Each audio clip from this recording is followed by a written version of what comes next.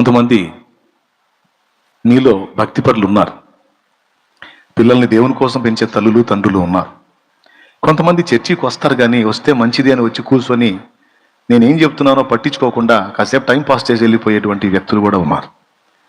దయచేసి మీలో ఆ బాపత ఎవరన్నా ఉంటే మారు మనసు పొందండి, సరి చేసుకోండి. మీ బిడ్డ ఎగ్జామ్కి ప్రిపేర్ అవ్వాలంటే వాడి కోసం నువ్వు మేలుకుంటాం.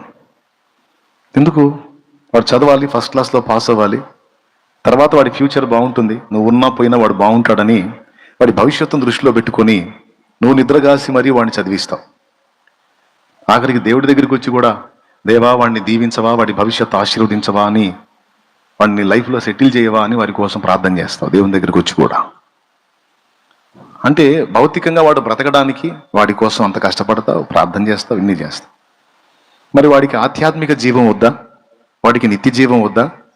వాడు దేవుని దగ్గర బహుమానం పొందే స్థితిలో ఉండొద్దా? జస్ట్ పైసలు మాత్రం సంపాదించి మంచి సంపాదకుడై తిని త్రాగి సుఖించి సస్తే సరిపోయిద్దా?